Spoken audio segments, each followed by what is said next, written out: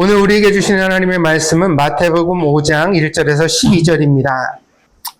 같이 천천히 봉독하도록 하겠습니다. 같이 합니다. 시작. 예수께서 무리를 보시고 산에 올라가 앉으시니 제자들이 나아온지라 입을 열어 가르쳐 이르시되 심령이 가난한 자는 복이 있나니 천국이 그들의 것이며 애통하는 자는 복이 있나니 그들이 위로를 받을 것이며 온유한 자는 복이 있나니 그들이 땅을 기업으로 받을 것이며 의에 줄이고 목마른 자는 복이 있나니 그들이 배부를 것이며 긍휼히 여기는 자는 복이 있나니 그들이 긍휼히 여김을 받을 것이며 마음이 청결한 자는 복이 있나니 그들이 하나님을 볼 것이며 화평하게 하는 자는 복이 있나니 그들이 하나님의 아들이라 일컬음을 받을 것이며 의를 위하여 박해를 받은 자는 복이 있나니 천국이 그들의 것임이라. 나로 말미암아 너희를 욕하고 박해하고 거짓으로 너희를 거슬러 모든 악한 말을 할 때에는 너희에게 복이 있나니 기뻐하고 즐거워하라. 하늘에서 너희의 상이 큼이라. 너희 전에 있던 선지자들도 이같이 박해하였느니라. 아멘.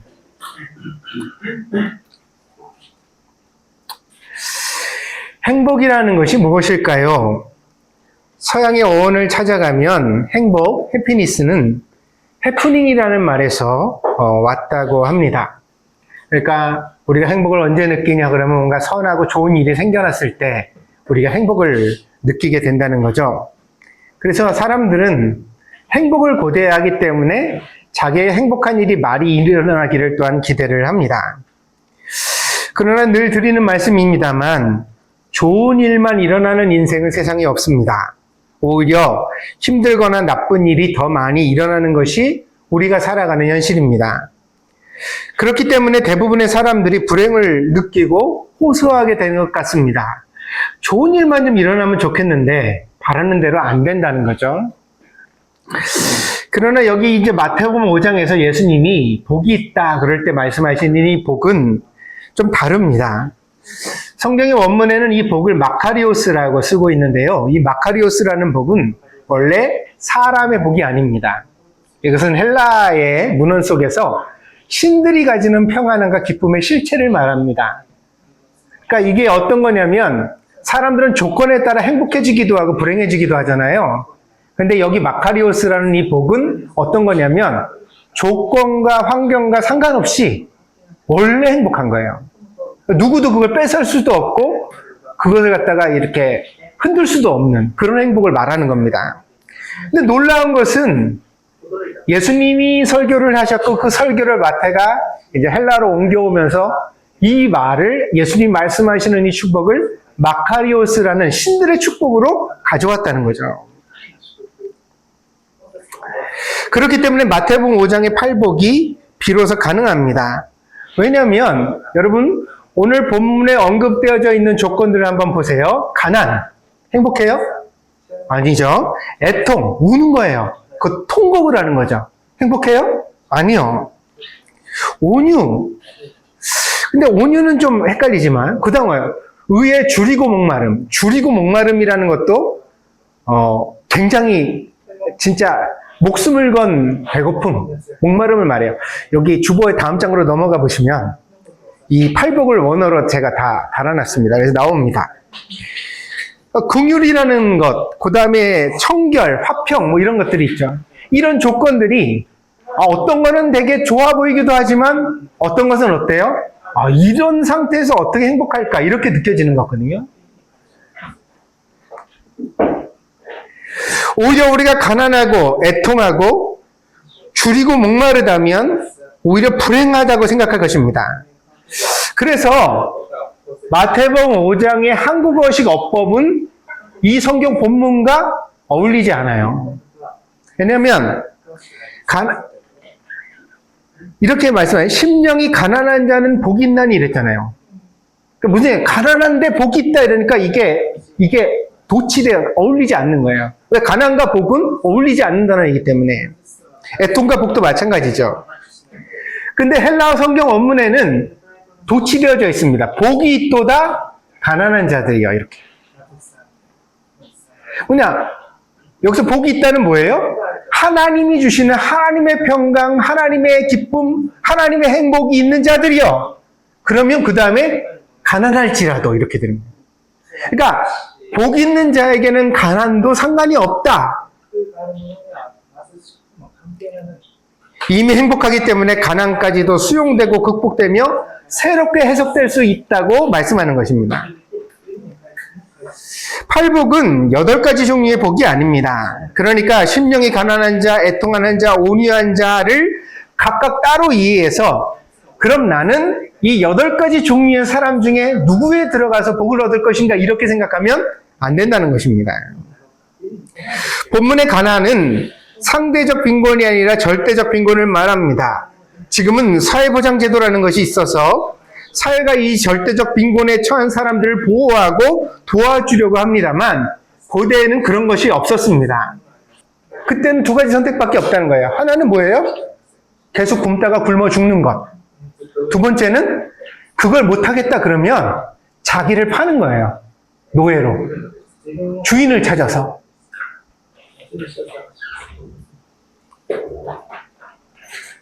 한마디로 전혀 희망이 없는 상태를 말하는 가난을 예수님이 거론하십니다. 그래서 이 푸토코스라는 가난은 그렇게 절대적 가난이다. 그래서 이거는 행복과 어울리지 않는다. 그런데도 예수님 뭐라 그러세요? 마카리오스, 복이 있도다. 근데 굶어 죽을 만큼 가난해요. 이걸 우리가 어떻게 등치시킬 것이냐, 어떻게 조화롭게 가져갈 것이냐. 이 그리스도인의 숙제라는 거예요. 우리가 그리스도인이 된다는 것은 그렇게 간단한 문제가 아니에요. 2번째로 애통이라는 말이 있습니다. 펜데오라는 단어를 사용했는데 이 펜데오는 아주 현실적 아픔을 말합니다. 그 제가 말했죠. 이거 그냥 눈물을 뚝뚝 흘리는 감동적 울음이 아니에요. 애통하는 울음이에요. 막 엉엉거리면서 울어요. 왜 그렇게 울 수밖에 없느냐? 이거는 몸이 아픈 고통의 울음이기 때문에요. 아파서 우는 거기도 하고 울어서 아픈 거기도 해요. 잘 생각해보세요. 예수님이 겟세마네 동산에서 십자가를 위하여 기도하실 때 어떤 일이 벌어졌어요? 거기 의사였던 누가가 뭐라고 쓰고 있어요? 땀방울이 핏방울처럼 변했다 이렇게 쓰고 있잖아요. 그런 일이 정말 있습니까? 있다는 거예요. 사람이 스트레스를 극심하게 받으면 하루 사이에도 머리털이 다 새지기도 하고 하얗게. 그런 거 보셨어요? 못 보셨어요? 보셨어요. 그 고통이 너무 심각하면 땀구멍을 통하여 사람의 진액이 나온다는 거예요. 그 땀이 붉어질 수도 있대요. 이게 의사 누가가 보았던 현실적 고증입니다. 예수님이 얼마나 애통하셨는가를 성경이 보여주고 있죠. 그러니까 이 애통이라는 말은 감동적 눈물이 아니에요. 나는 오늘 쓸쓸해. 나는 예수님을 믿기 때문에 외로워. 이렇게 우는 울음이 아니에요. 이거는 너무 고통스러워서 우는 눈물이에요. 3번째로 온유라는 단어도 특이합니다. 온유라는 말을 되게 좋아해서 기독교인 가정에서 아이가 태어나면 이름을 온유라고 짓기도 하죠. 근데 이거 잘 보셔야 돼요. 왜냐하면 히라와에서 이 온유라는 단어, 프라우스라는 단어는 제가 좋아하는 단어이기도 한데 왜냐하면 예수님이 자신의 성품을 규정하실 때 자기를 2 단어로 설명하셨어요. 거기 마태복음에 나는 온유하고 겸손하니 나의 멍에를 메고 내게 배워라. 예수님의 성품은 어때요? 온유하고 겸손. 예수님이 자기를 그렇게 설명하셨어요. 예수님의 가장 대표적 성품이 온유입니다. 프라우스예요. 근데 이 프라우스라는 것은 우리가 알고 있는 부드러움은 아니에요. 누가 말할 때 이렇게 좋게 얘기를 하고 부모님한테도 이렇게 공손하고 이걸 말하는 게 아니에요. 프라우스는 본래요. 야생마를 길들여 순종하게 한다라는 의미를 담았던 단어예요. 길들여진다는 의미를 가지고 있어요. 예수님이 이 프라우스라는 단어를 사용하실 때는 무슨 의미냐면 내 삶의 주인이 더 이상 내가 아니라 누구라고요? 하나님이시라는 고백을 담아내는 거예요. 그래서 겟세마네 동산에 기도했어도 예수님 뭐라 하세요? 이 잔을 내게서 옮기시옵소서. 그러나 내 뜻대로 마시고 누구 뜻대로? 아버지의 뜻대로 내게 행하시옵소서. 그게 바로 예수님이 가지셨던 온유예요. 그러면 이 온유라는 것은 어떤 자가 복이 있다는 거예요? 삶의 주인이 하나님으로 변화된 사람이 복이 있다는 거예요. 네 번째로 줄이다, 목마르다. 의에 줄이고 목마르다 그랬는데 이 줄이다, 목마르다.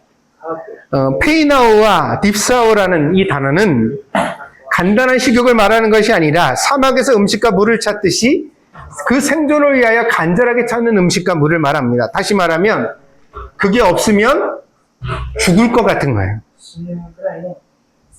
사람은 누구나 갈망하는 바를 가지고 살아갑니다. 이 돈과 명예를 쫓는 사람도 있고 인기나 권력을 쫓는 사람도 있죠. 그러나 이 성경의 오늘 본문의 갈망은 의, 디카이오시네라는 헬라어를 따르고 있는데 이것은 이 의로움이란 무엇을 나타내냐면 하나님과의 바른 관계. 그래서 온유라는 말과 또 연결되어져요. 왜냐하면 하나님을 주인으로 삼았을 때 그 하나님의 통치가 내 삶 가운데 이루어지는 것. 그것이 바로 성경이 말하는 의의 실제예요. 말하자면 내가 내 뜻대로 아무것도 하지 않는 것. 누구 뜻대로? 하나님 뜻대로 살아가는 것. 그걸 성경이 의라고 말하는 거예요.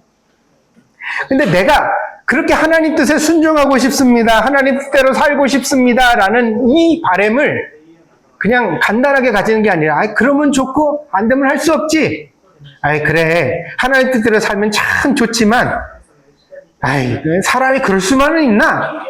가끔 욕심도 부리고 이기적으로도 살고 그런 거지 뭐. 사람 다 그렇지. 이거는 줄이고 목마른 게 아니에요. 마치 내가 하나님의 뜻에 순종하며 살지 않으면 죽을 것처럼, 그렇게 살지 않으면 마치 내 인생이 부정되는 것처럼, 내가 더 이상 존재하지 말아야 하는 것처럼, 그런 간절함을 가지고서 하나님의 통치를 바라보는 상태, 그걸 의에 줄이고 목마름이다 이렇게 말합니다. 다섯 번째로 긍휼은 엘레몬이라는 단어를 사용하는데 이것도 또한 그렇습니다. 남의 불행을 밖에서 동정하는 것이 아니라 그 불행 가운데 뛰어들어서 함께 고통당하고 그 사람을 도와주는 마음, 그것을 긍휼이라고 표현하고 있습니다. 여섯 번째로 청결, 카타로스는 순수하다는 뜻입니다. 이중적이거나 혼란스러운 상태가 아니라 하나로 가득 찬 심플한 상태, 더 이상 다른 것이 아무것도 없다. 이것은 순수하다. 그래서 성경에 이런 단어가 등장하죠. 정금이라는 단어예요. 마치 금을 이렇게 용광로에 넣어가지고 모든 불순물을 걷어낸 다음에 순수한 금을 걷어내듯이 더 이상 불순물이 없다. 99.99% 우리가 이제 최대한 받아낼 수 있는 금을 그렇게 말하잖아요. 그걸 바로 청결이라고. 그런 상태에 있을 때, 마음이 그렇게 하나가 됐을 때 어때? 하나님을 본다, 하나님을 만난다. 그렇게 말합니다. 그래서 돋보기로 초점을 잡아서 발화를 시키는 것처럼 마음이 질서 속에서 정돈되고 초점이 있게 살아가는 상태를 말합니다. 요즘은 내가 뭘 하는지 나도 잘 모르겠어. 사는 대로 살지. 하루는 기뻤다가 하루는 왠지 힘이 빠져. 하루는 욕심을 부렸다가 하루는 막 남한테 막 너그럽게 행동해. 도대체 나는 누굴까? 나는 너그러운 사람일까? 나는 이기적인 사람일까? 이 사람은요, 청결한 상태가 아니에요. 심령의 초점을 잃어버렸다는 거죠. 일곱 번째로 화평을 말합니다. 여기서 이 화평은 피스메이커, 평화를 만든다는 뜻입니다. 본래 있었던 평화를 깨뜨리지 않는 것이 아니라 분열과 다툼 있는 자리에서 능동적으로 평화를 만들어내는 사람. 그러니까 친구 중에도 이런 친구 있잖아요. 사이 좋은 친구들이 있는데 그 사람이 들어가가지고 여기다 이 말하고 저기다 이 말해가지고 관계를 깨뜨리고 어수선하게 만든 사람이 있는 반면에 어떤 사람이 있냐면 막 얘와 얘가 다투고 쟤와 쟤가 오해하고 이런데 그 중간에 들어가서 막 얘기를 하고 떡볶이 사주고 뭐 햄버거를 사주고 막 이러더니 나중에 가니까 서로 원수되었던 얘가 같이 놀게 되어지고 같이 공부를 하는 그룹 스터디를 하게 되고 이렇게 되는 피스메이커죠. 분열의 상태에서 평화를 긍정적으로 만들어내는 존재예요. 평화의 상태에 들어가서 그냥 평화를 지키는 존재가 아니라. 마지막 여덟 번째 박해는 디오코입니다. 이거는 순교를 의미합니다. 다소의 손해가 아니라 목숨까지도 잃어버리는 것입니다. 나를 위하여 박해를 당한다 그럴 때 예수님을 위해서 내가 손해를 조금 본다, 그런 뜻이 아닙니다. 예수님을 위하여 기꺼이 목숨을 던진다, 내 생명을 버린다. 이 8가지는 사슬처럼 연결되어져 있습니다. 가난하기 때문에 애통하는 거예요. 인간이 모든 것을 부유하면 애통하지 못해요. 그래서 부자는 하나님 나라에 들어가기가 힘들다는 거예요. 이 부자라는 것이 물질적인 것만 말하는 것이 아닙니다. 우리에게 뭔가 더 이상 갈망할 것이 없는 상태. 그러면 애통하지 않죠. 애통하지 않으면 어떻게 되어져요? 하나님이 말씀하시는 복을 찾을 수가 없어요. 가난해야 애통하고, 애통하다 보니까 비로소 삶의 주인이 바뀝니다. 하나님, 내가 내 삶을 책임질 수 없습니다. 하나님이 나의 주인이 되어주세요. 그게 바로 뭐예요? 온유죠. 그리고 온유해야 의를 갈망하고 긍휼하며 청결해지게 됩니다. 온유해야 하나님의 통치 안에 들어가야, 하나님이 다스리시는 사람이 돼야 비로소 내 삶이 어떻게 돼요? 하나님과의 정상적 관계를 갈망하게 되고, 남을 긍휼히 여기게 되고, 내 삶에 초점이 생겨서 순수하게 된다는 거죠. 그리고 그렇게 살아가는 사람이 비로소 세상을 화평케 만들고 예수님을 위하여 박해까지도 감당하는 것입니다. 이 8가지의 복이 각각 있는 것이 아니라 한 사람의 인생과 심령에서 함께 이루어져 가야 하는 영적 순례의 길을 담아내고 있는 것입니다. 놀랍게도요, 이 설교는 예수님을 통해 실현되었습니다. 팔복은 그리스도인이 마음에 품어야 하는 영적인 축복이지만 또한 우리가 쉽게 넘어서지 못하는 신앙의 한계와 장벽이기도 합니다. 우리는요, 하나님을 떠나서 정말 영적인 파선에 이른 사람이거든요. 하나님 없이 살아갈 때 우리는 극히 이기적이고 하나님 보시기에 멸망받아 마땅할 죄인이에요. 자기 부모도 사랑하지 못한다고요. 자기 자식도 제대로 사랑하지 못한다고요. 그런데도 불구하고 우리는 가난을 몰라요. 우리 자신에 대한. 내가 얼마나 끔찍한 존재인가, 얼마나 불쌍한 존재인가를 인지하지 잘 못해요. 근데 예수님을 만나면, 복음을 들으면, 하나님과의 관계에 초입에 놓이면 비로소 우리는 우리 자신을 발견합니다. 그게 뭐죠? 가난이에요. 아, 내가 형편없이 살고 있구나. 나에게 정말 필요한 것이 없구나. 내 안에 순수한 마음이 없구나. 그걸 발견해내니까 비로소 뭐가 생겨요? 애통이 생겨나는 거죠. 하나님 앞에서 정말 슬퍼하고, 하나님 이렇게 살아서는 안 될 것 같아요. 하나님 나를 구원해 주세요. 내 안에 새로운 마음을 창조해 주세요. 하나님, 나는 의미 있는 사람이 되고 싶어요. 우리 부모님을 사랑하고, 내 자녀들을 사랑하고, 가족들을 진심으로 사랑하고, 교회를 섬기고, 친구들을 사랑하는 사람이 되고 싶은데, 내 안에는 그렇게 하지 못하는 내가 너무 가득 차 있어서 나도 모르게 상처를 주고, 어려움을 만들고, 피스메이커가 아니라 화병을 깨트리는 자가 되고, 아침에 기분 좋았다가도 나 때문에 다 그런 평화가 깨트려지고 사람들이 상처받는 모습을 보게 만들고. 이게 왜 생겼냐? 온유하지 못하기 때문이에요. 하나님과의 관계 속에서 하나님이 나의 주인 되어주지 못하셨기 때문에, 내가 여전히 주인 되어져 있기 때문에, 내 마음의 목표가 돈이기 때문에, 세상의 성공이기 때문에, 이기심이기 때문에, 내가 하나님 되어 있으니까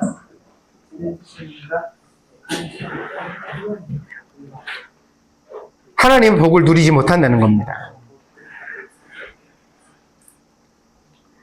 근데 이것을 우리가 안다고 될 수 있을까요?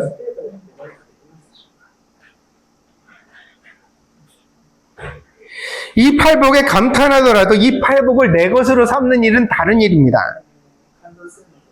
그러나 예수님은 어떤 분이십니까? 하늘의 보좌를 스스로 포기하고 사람이 되신 하나님. 그래서 심령이 가난한 자는 그럴 때 그 1번 대표가 누구예요? 예수님이세요. 예수님보다 심령이 가난한 분은 없어요. 누구보다도 가난하셨지만 또 누구보다도 긍휼히 여기시는 분이에요. 그래서 성육신, 카네이션이라는 이 단어는 뭘 말해요? 하늘의 보좌를 버리고 비천한 인간의 상태를 하나님께서 오셨다. 왜? 우리를 구원하시기 위하여. 그 마음이 뭐예요? 긍휼이죠. 예수님은 그 긍휼을 가지신 분이에요. 그분은 자신의 죄를 두고 애통한 것이 아니라 온 세상의 죄를, 나의 죄를 위하여 대신 애통한 분입니다. 그래서 지금도 어떠냐면 예수님을 만나면 내가 우는 게 아니에요. 내가 먼저 우는 게 아니라 예수님 먼저 우세요. 왜? 내가 불쌍해서. 예수님이 나를 보고 애통하시는데 그걸 난 이해를 못해요. 예수님 왜 우세요? 난 먹을 것도 있고요. 나는 나름대로 잘 살고 있어요. 예수님 왜 그래? 근데 예수님이 그러시는 거예요. 나는 네가 너무 불쌍해서 운다. 하나님이 너에게 정하신 거룩한 뜻과 아름다운 비전이 있는데 네가 그 모든 하나님의 영광을 창기와 함께 먹어버린 방탕한 둘째 아들과 같구나. 무수한 시간을 낭비하고 자기 삶을 허비하고 지금도 허비하고 있고 하나님의 통치를 받아야 할 네가, 온유해야 할 네가, 하나님이 함께 하셔야 될 네가 하나님 없는 자리에 가가지고 막 잘난 척하고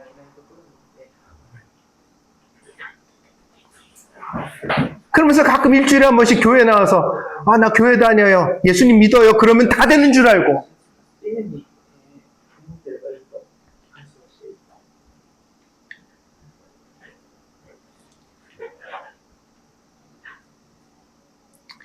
예수님은 도살장에 끌려가는 잠잠한 양처럼 십자가 앞에서도 내 뜻이 아니라 아버지의 뜻에 순종하심으로써 예수님이 가지신 온유함을 보여주셨어요. 그리고 예수님의 성품에 모든 것이 다 있지만 그러나 예수님께 가장 중요한 성품은 온유예요. 그게 무슨 얘기냐?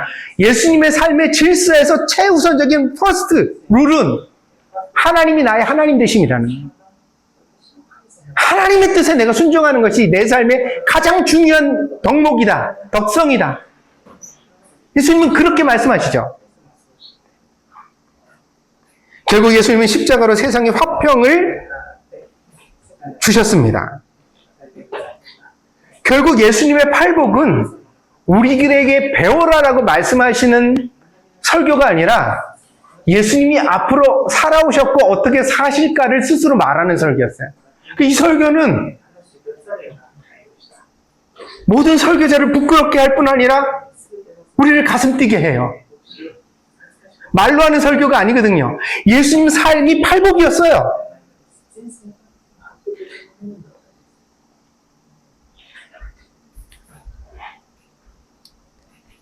우리 함께 성경을 하나 읽어보겠습니다. 요한복음 14장입니다. 요한복음 14장 1절부터 7절까지 읽어볼게요. 1절부터 7절까지 요한복음 14장 1절입니다. 같이 함께 읽겠습니다. 시작. 너희는 마음에 근심하지 말라. 하나님을 믿으니 또 나를 믿으라. 내 아버지 집에 거할 곳이 많도다.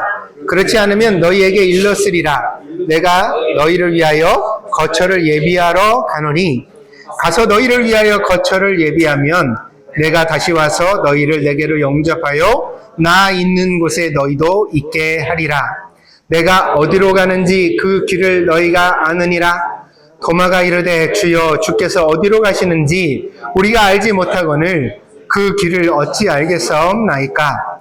예수께서 이르시되 내가 곧 길이요 진리요 생명이니 나로 말미암지 않고는 아버지께로 올 자가 없느니라. 너희가 나를 알았더라면 내 아버지도 알았으리로다.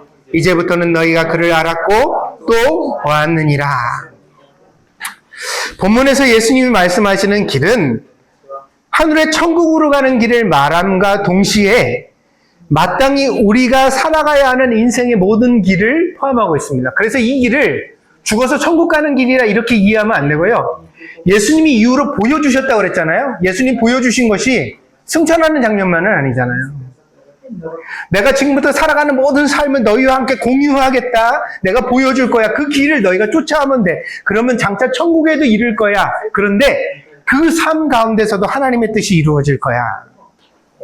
그래서 예수님 뭐라 그러세요? 나는 곧 길이요 진리요 생명이다. 나로 말미암지 않고는 하나님의 나라 천국에 들어갈 자가 없다. 우리는 예수님 안에서 그 삶의 구체적 증거를 볼 수 있어야 합니다. 봐야 돼요. 본다는 건 경험한다는 거죠. 들어서 끝나는 게 아니에요. 예수님이 이렇게 하셨대더라, 이걸로는 좋은 신앙생활을 해갈 수가 없어요. 우리는 어떻게 해야 돼요? 예수님 안에서 봐야만 돼요. 손으로 만져야 돼요. 예수님이 십자가에 달렸다가 부활하셨을 때 의심 많은 도마는 내가 그 못자국에 손가락을 넣어보고서야 예수님인 줄 믿겠다. 죽은 사람이 어떻게 살아나냐 그랬단 말이에요. 그래서 도마는 예수님의 제자 중에서 의심 많은 도마라는 별명을 얻었어요.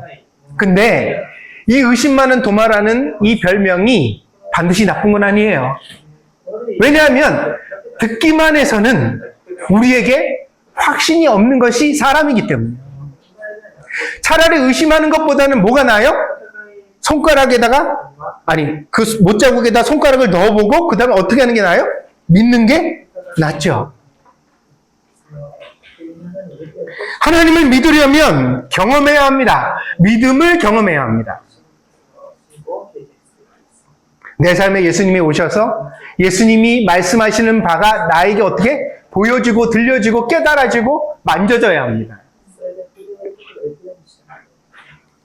거꾸로 뒤집어 말하면 예수님 없이는 길도 없고 진리도 없고 생명도 없다는 것입니다. 팔복은 그리스도인이 받을 수 있는 최고의 복입니다. 팔복을 여러분의 삶에 가져오고 싶습니까? 그렇다면 예수님이 여러분의 삶의 동반자가 되도록 하셔야 합니다.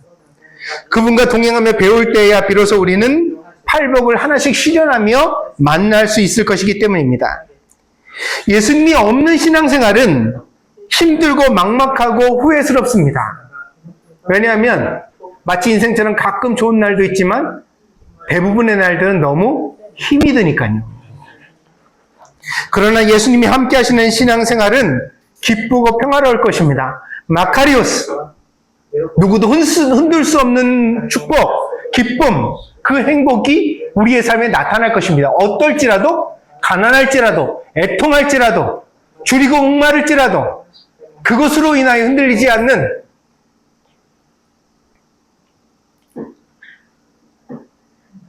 예수님이 마카리오스의 실체이기 때문입니다. 예수님과 함께하는 것을 위해 기도하고 성경을 묵상하고 예배하는 여러분들이 되어지길 바랍니다. 그래서 신앙생활의 가장 관건은 내 삶의 예수님을 어떻게 만날 것이냐의 문제예요. 여러분, 새벽 예배 꼭 해야 돼요? 안 해야 돼요? 주일 꼭 지켜야 돼요? 아니면 가끔 빠져도 돼요? 교회에서 봉사는 꼭 해야 되나요? 아니면 안 해도 되나요? 직분을 꼭 받아야 되나요? 안 받아도 되나요? 여러분, 교회를 10년 다녔습니다. 집사 받을 때가 됐을까요? 안 됐을까요? 다 본질이 아니에요. 예수님 시대에 서기관, 바리새인, 제사장, 대제사장들도 전부 다 어때요? 예수님 보실 때 독사의 자식이었어요. 천국에 못 들어갈 사람들이었다가. 금식을 안 해서? 헌금을 안 드려서? 예배 빼먹었기 때문에? 아니요. 다 하고 지옥 백성이라고 그랬어요.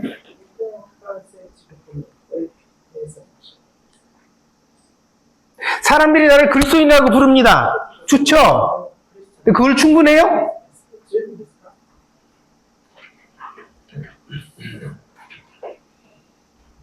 뭐가 중요하죠?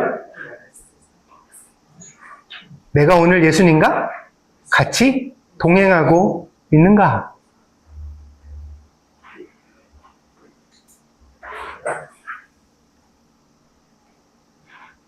그러면 예수님을 통해서 내 삶의 팔복이 실현되는 거예요. 어떤 삶의 조건에서도 흔들리지 않는 마카리오스의 축복이 내 삶을 가득 채우고 나를 내 삶에서 하나님 뜻대로 순종하도록 이끌어가는 거예요. 반대로 이 예수님과의 동행이 깨진 사람은 그 누구도 이 팔복을 실현해낼 수가 없어요. 불가능해요. 이 종교적 외식이지 무슨 이게 진심이야. 아, 가난한데 누가 기뻐? 핍박을 받으면서 누가 행복해요? 남한테 보여주기식 신앙생활?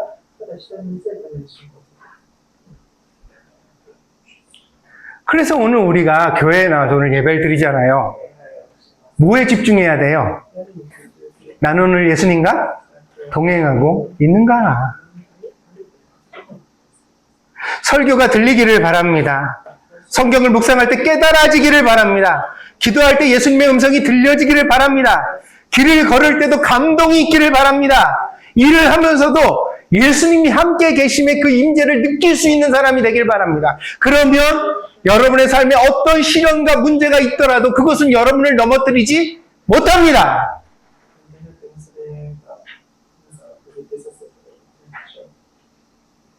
그런데 반대로 먹고 살만하고 모든 조건들이 좋아도 예수님 없는 삶 가운데 인생은 나이 먹을수록 허무해요.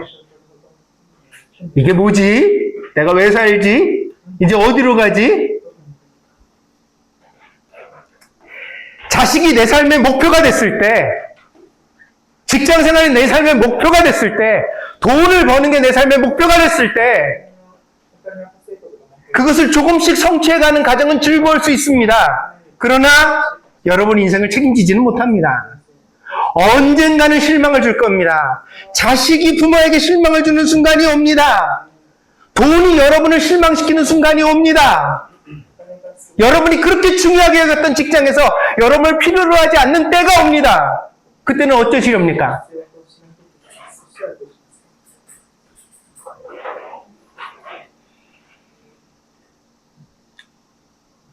그러니 오늘 예배 시간에 예수님과 함께하는 신앙인이 돼야 되겠다. 내가 이걸 어떻게 어디서 회복하지? 어디서 찾지? 그걸 고민하시고 그걸 위하여 여러분의 삶과 시간을 집중할 수 있는, 청결해질 수 있는 오늘 말씀으로 단순해져야 돼요. 그냥 예수님 내가 바쁘니까요. 내가 좀 이 일 좀 하고 나서 그리고 나서 예수님 좀 찾을게요. 그러면 그 바쁜 일 끝나면 더 이상 바쁜 일이 안 생길까요? 내가 한국에 갔을 때 예전에 알던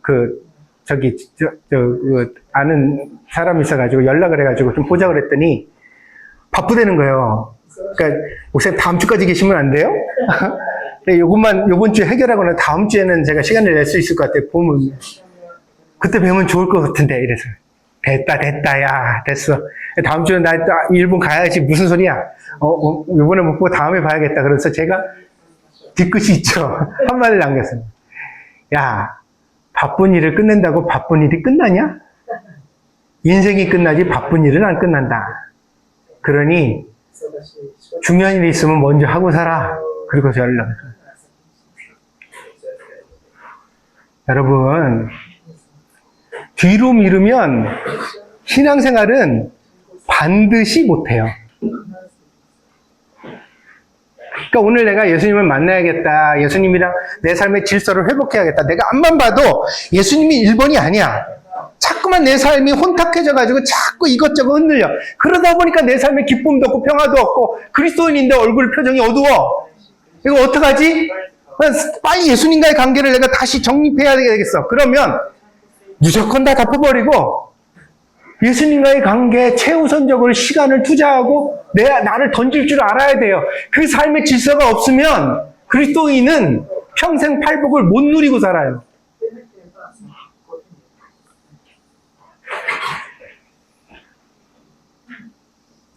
아유, 나는 엄마니까 아침에 애들 도시락 싸주고 뭐하고 다 하고 그리고 나서 이제 시간을 아니요, 그거 하고 나면 다른 약속 시간 된다니까요. 아니에요. 거짓말 하지 마요. 그렇게 살다가 여태까지 실패한 거야, 여러분이. 뭐부터 해야 돼요? 눈 뜨자마자 예수님. 아멘?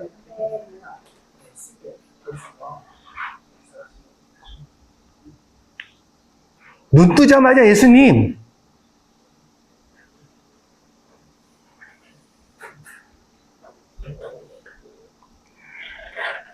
제가 설교를 준비하다가 서울에 있는 어느 큰 교회에 중고등부 사역을 하는 그 여자 전도사님 영상을 갖다 잠깐 보게 됐어요. 근데 그 전도사님이 나가서 설교하면서 교인들한테 그런 얘기를 하시더라고요. 뭐라냐.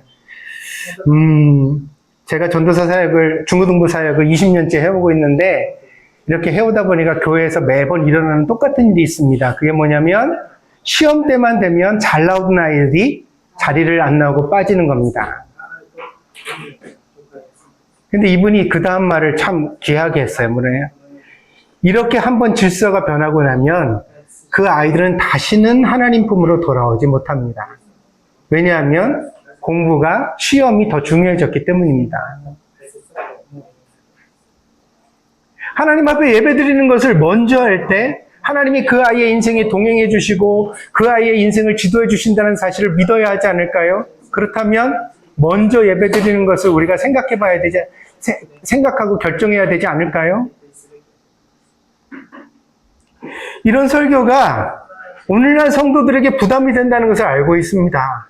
우리 대부분 이 갈등을 안고 사니까요. 근데 여러분, 제가 여러분에게 답을 드리려는 게 아닙니다. 제가 뭐라 그랬어요? 예수님과 삶에서 동행하시라고요. 아멘? 아멘?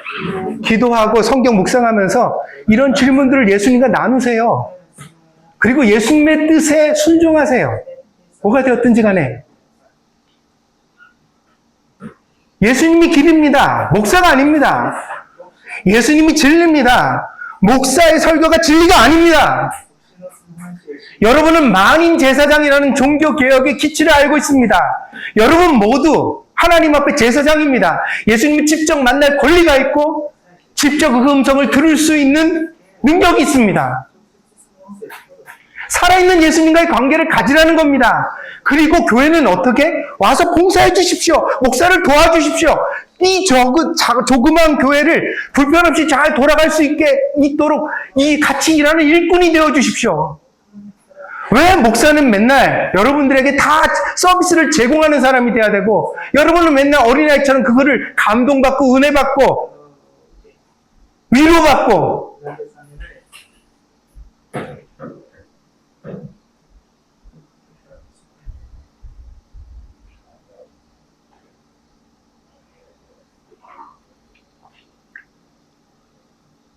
예수님이 여러분과 동행하십니다. 그러니 그 예수님으로부터 날마다 삶의 음성을 들으면서 살아가십시오. 이걸 놓치지 않는 성도가 바로 마카리오스, 오늘 예수님이 복되다 하시는 팔복의 주인공인 것입니다. 오늘 우리 모두가